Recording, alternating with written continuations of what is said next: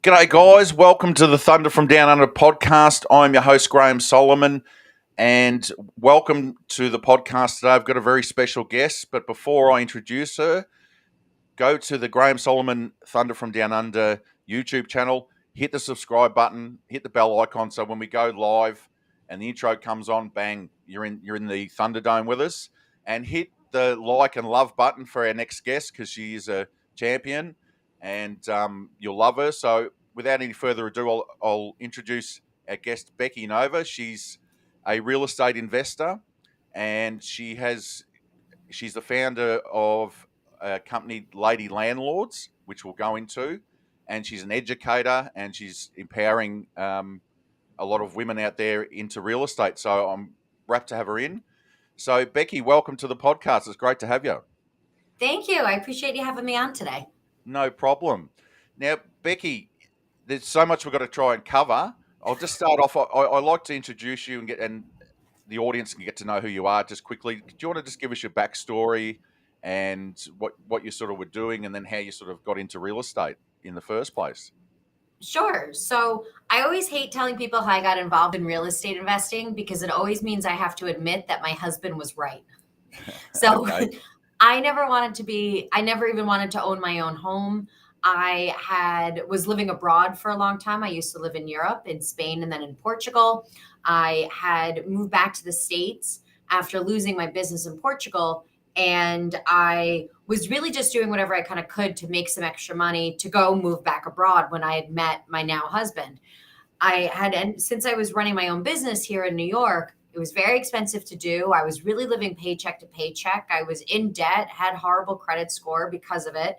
And my husband, who's an immigrant from the Dominican Republic, really had this goal of wanting to own the house, have the white picket fence, that whole kind of vision.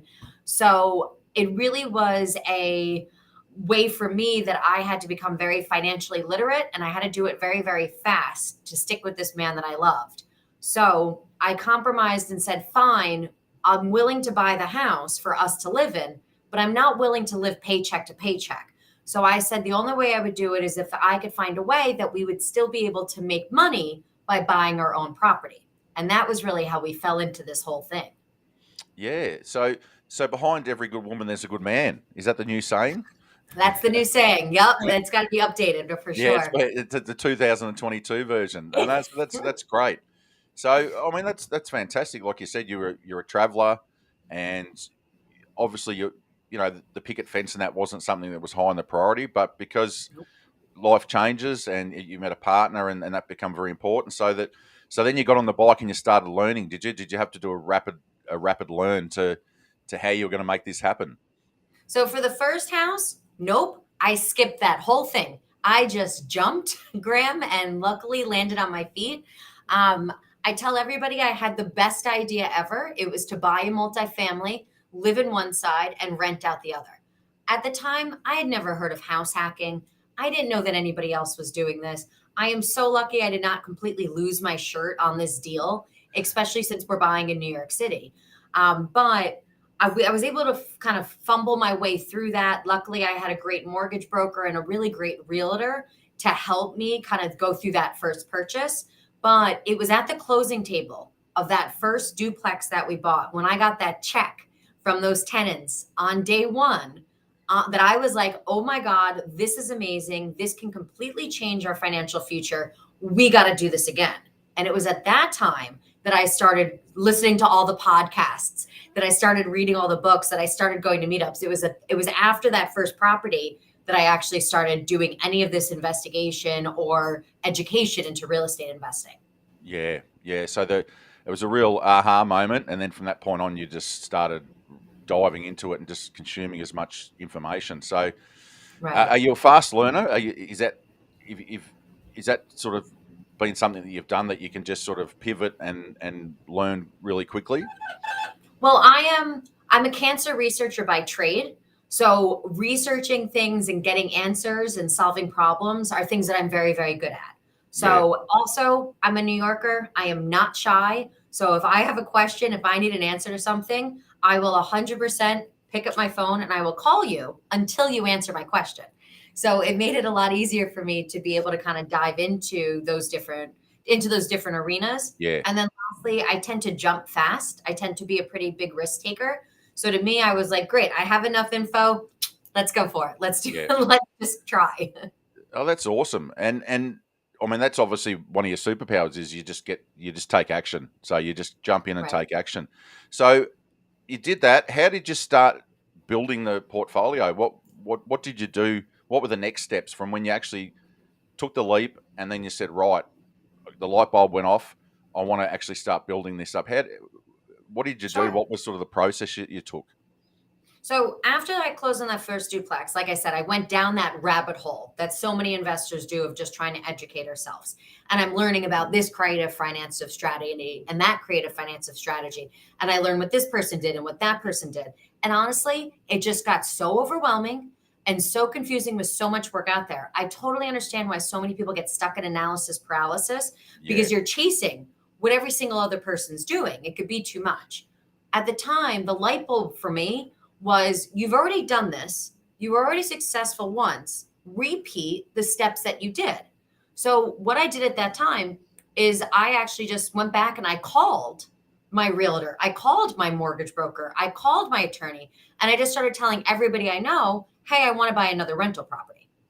What happened there was great because when I called my realtor, he actually said, interestingly enough, I think I have an off market property that you might just want. Yep. It was Opportunity. perfect. It ended Opportunity. up being Yeah. a fourplex with a parking lot, which might not sound cool to people, but in New York, a parking lot should just be the cha-ching sign. Mhm. And it was next door to the duplex that I had just bought. Wow. Yeah. That's huge in any major city, but the major city of the world, New York. Yeah, that's huge. You know, I even know that over here. I know that from another country how big that is.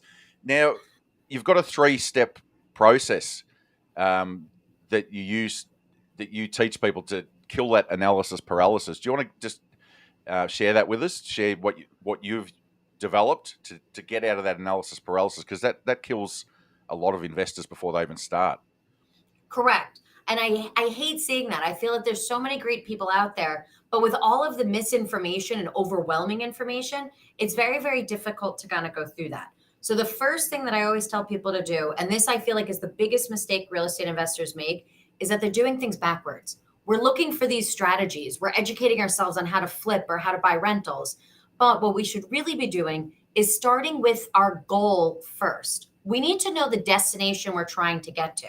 And what I mean by that is my goal is to go live on a beach. I want to go be sitting there sipping pina coladas and just collecting my cash flow. That's my dream.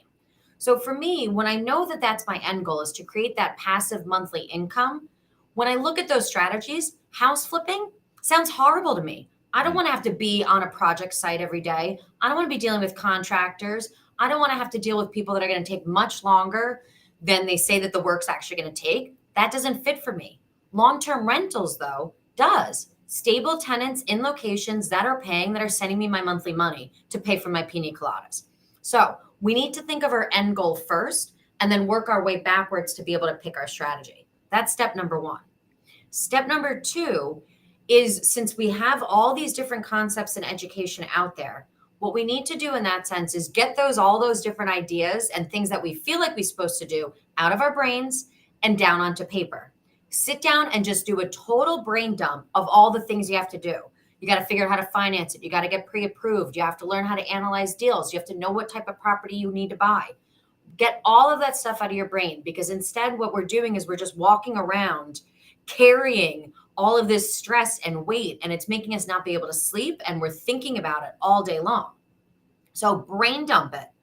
Then prioritize it. Now you can go through and say, well, what are those things that I really need to be doing first?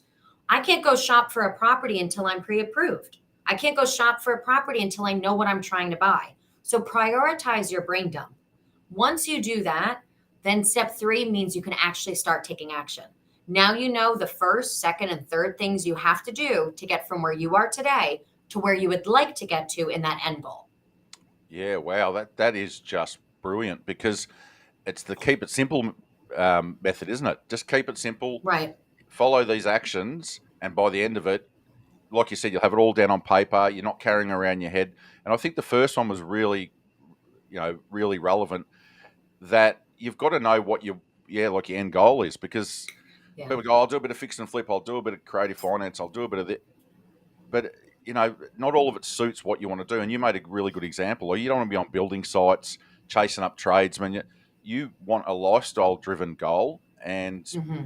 a long-term tenant with rent coming in suits that. So, yeah, that's awesome. I'm sure we call them thunderbolts instead of gold nuggets on here. That is Thunderbolt 1, 2, and 3. So, thanks for sharing that with us.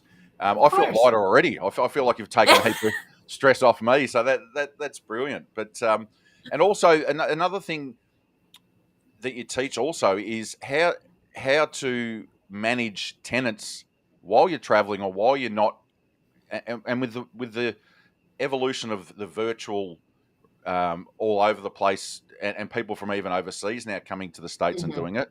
That's very important to be able to manage tenants from a distance. So, do you want to just fill us in with how that looks, and the process that you've set up for that?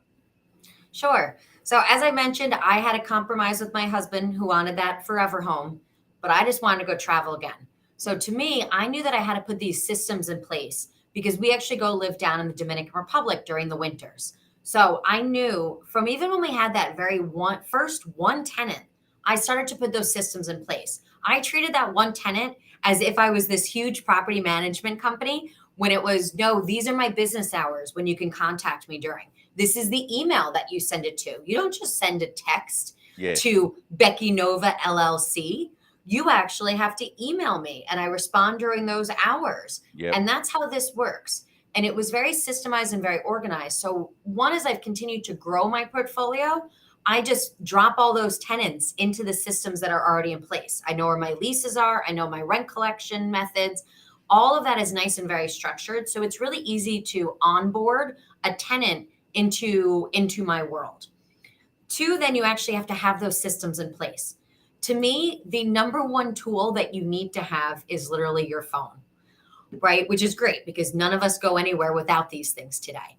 But the most important people to have in your phone need to be your service people.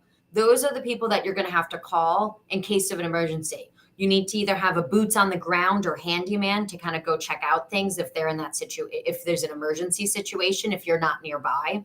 You have to have your plumber that you can call, your electrician that you can call.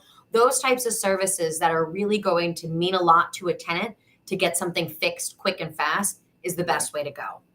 yeah, And then from just a communication style, to have that ability just to pick up the phone, call one of these people and get them out there to get problem solved sooner than later is going to continue to help your rental business. yeah. That's a great point, because they're essential services. A pipe can burst Right. at any time, and you need to act then. Same with lights going out, or so. Yeah, that's and do you have a screening? You'd have a screening process to make sure that you get the right people, and you might have multiple. Do you have multiple people in case someone's busy and they can't get there? Do you have systems and all that in place for that? So I do have like a backup for most of my places. One of the things that I found really important when growing my portfolio was to group my properties together. So I have a bunch of properties that happen to be on the same street or within a couple miles of each other. And then I have a second kind of grouping of properties about an hour away from where I live, but they're also same thing. They're only about a 15-minute drive between those properties.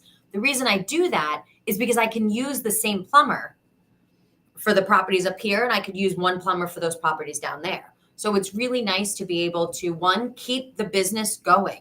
I want to make sure that when I call a service person that they recognize my name, that they recognize my phone number, so that way I'll get faster service in those situations. I always refer the people that I use and love to other real estate investors in the area because that will also help get my phone calls answered. But I will have a backup.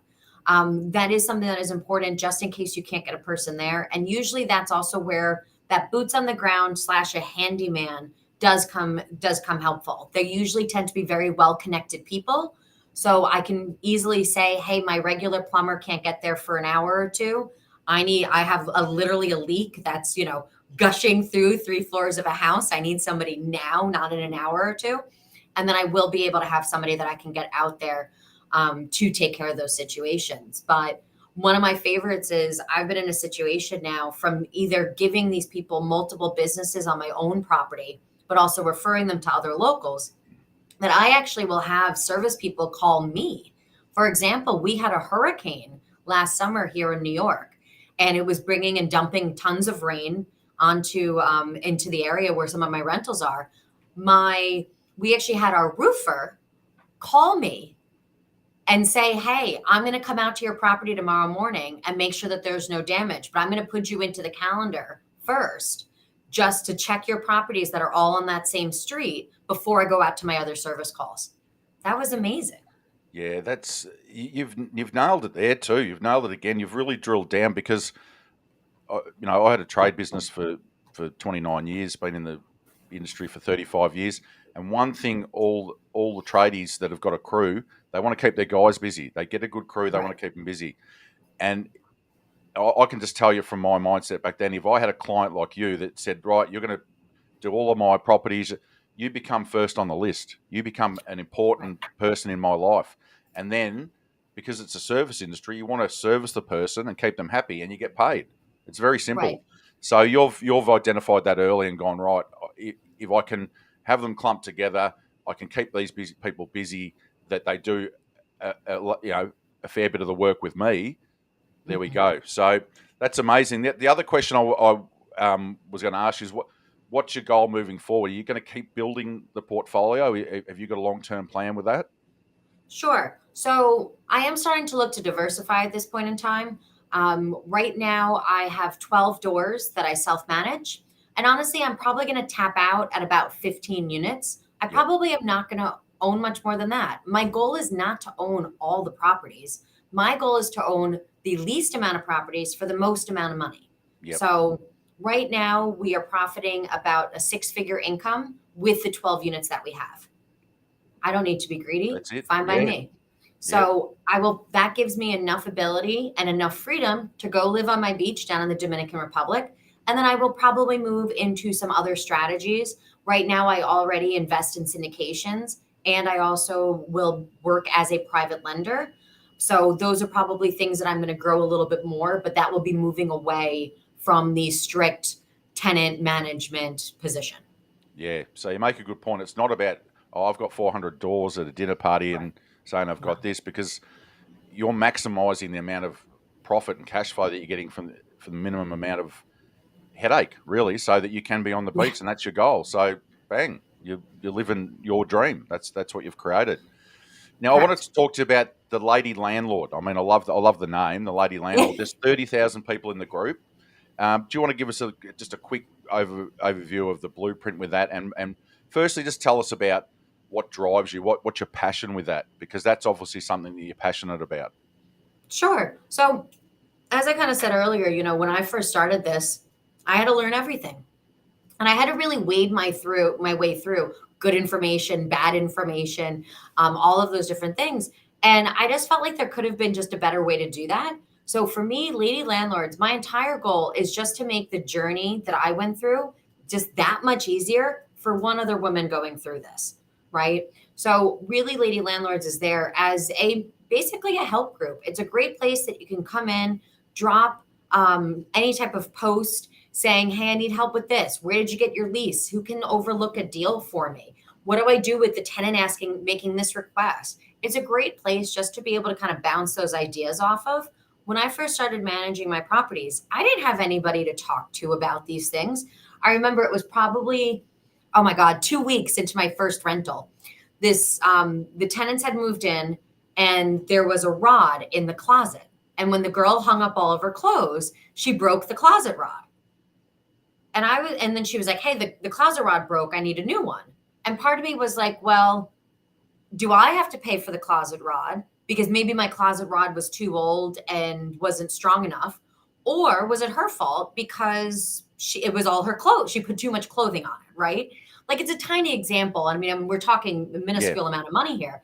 But even that situation, you sit there and you're like, well, who's really responsible for something just so simple and so stupid as a closet rod? And there are so many more bigger situations that come into. And it just shows that we sometimes need to talk through some of these things and decide really what our best course is forward as we are responsible, educated landlords. Yeah, yeah. And one big difference, say in Australia than the US, is you guys self manage so much. Over here, Yeah, you have property managers. People, oh, I don't want to know about it. Just and you guys self manage. So you guys have to be really good at what you do. I mean, because there's no fallback.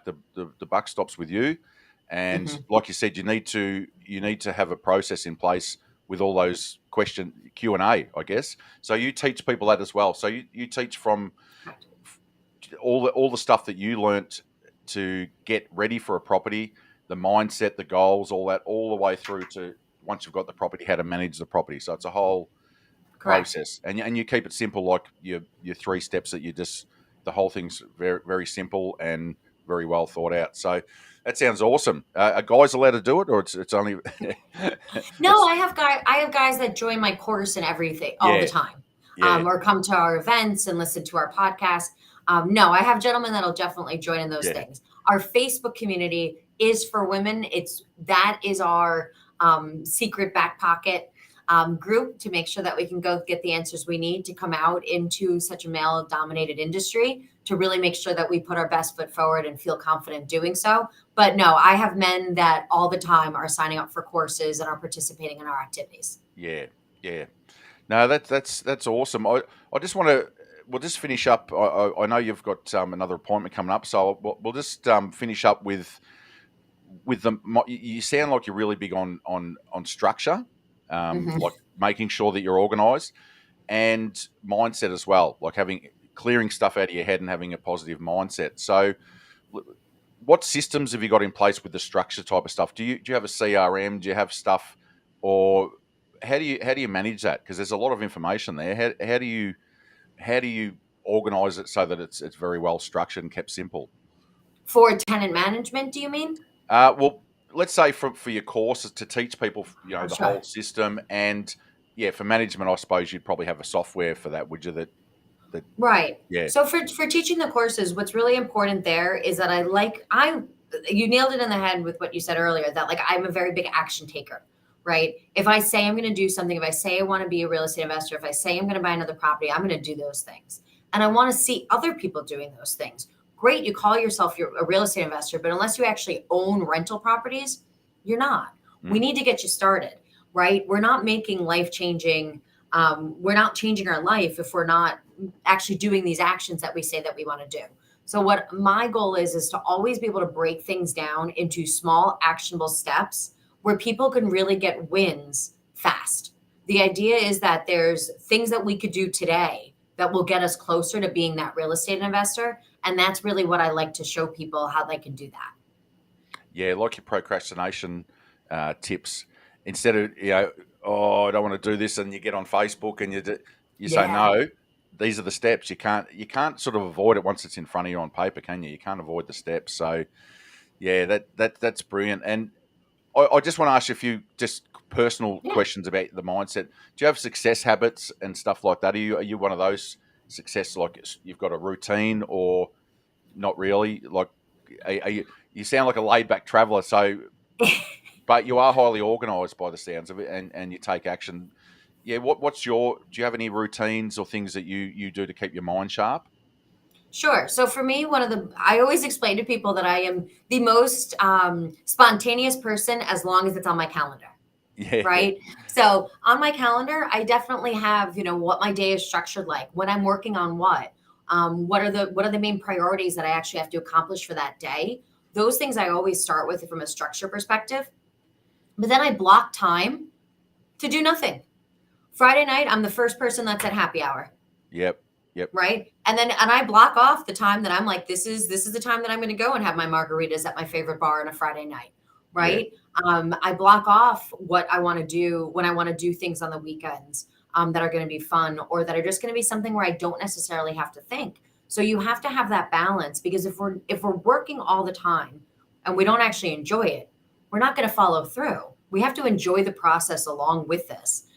So I also find it really important that you do the things that you really enjoy and that you're really good at, and you outsource things that you're not good at.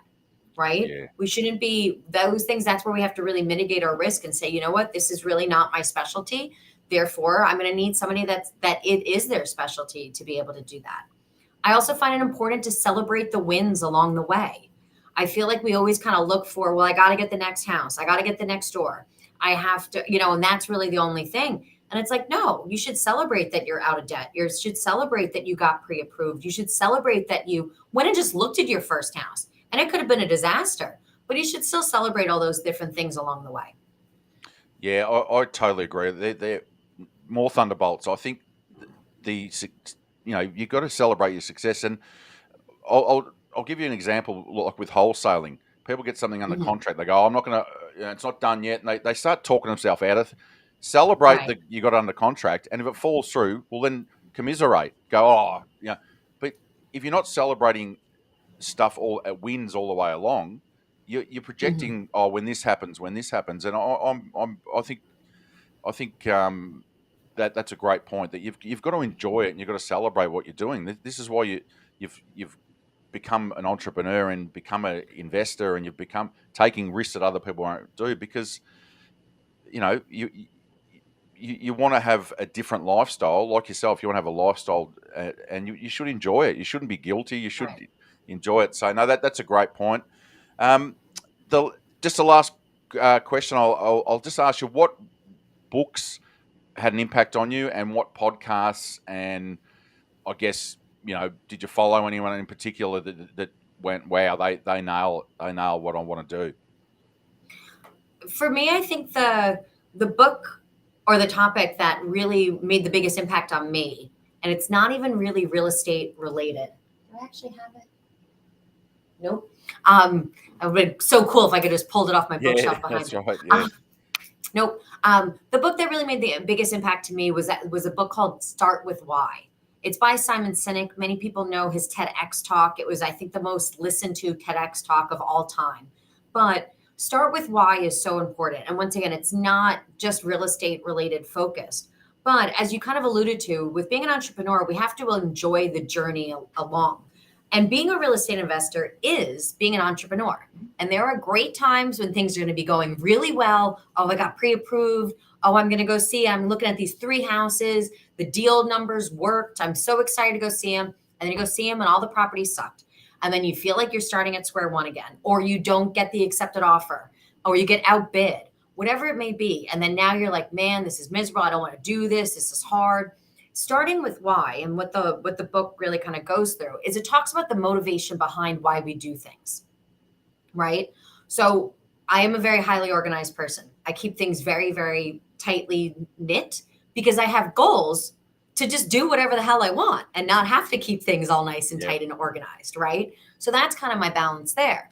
But that reminds me of what my why is, which is to make sure that I actually enjoy every moment that I'm given here on earth, because we only have limited time. And I want to make sure that I am enjoying as much of this journey as I absolutely can. So that's my why.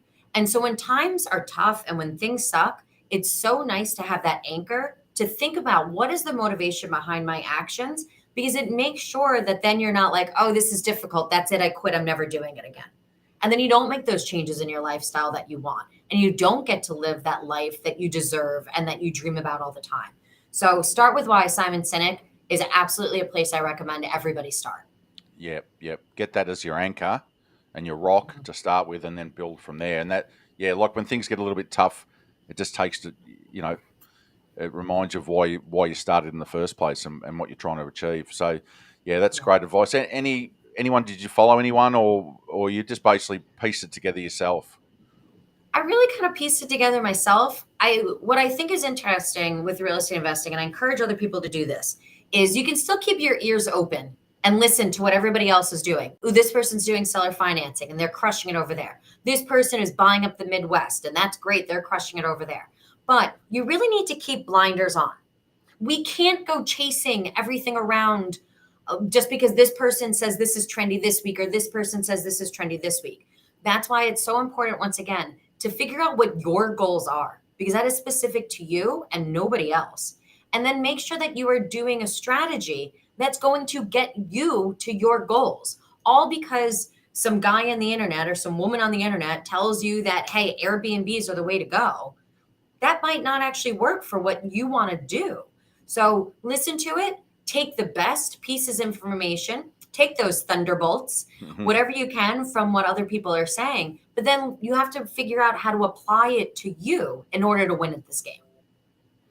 Yeah, absolutely. You've just nailed it. You've nailed the whole. This has been awesome. I'm going to rewatch it as soon as I jump off because you've got heaps of thunderbolts there. Because you're right. Some people are lifestyle driven. There's the people that want to work 12 hours a day, 7 days a week, and like build those 1,000 doors and be that Right. person. And there's nothing wrong with that. But you're saying identify what you want to do. And if you're a person of fun, of leisure, and you're a lifestyle driven person, how much do you need to live that lifestyle?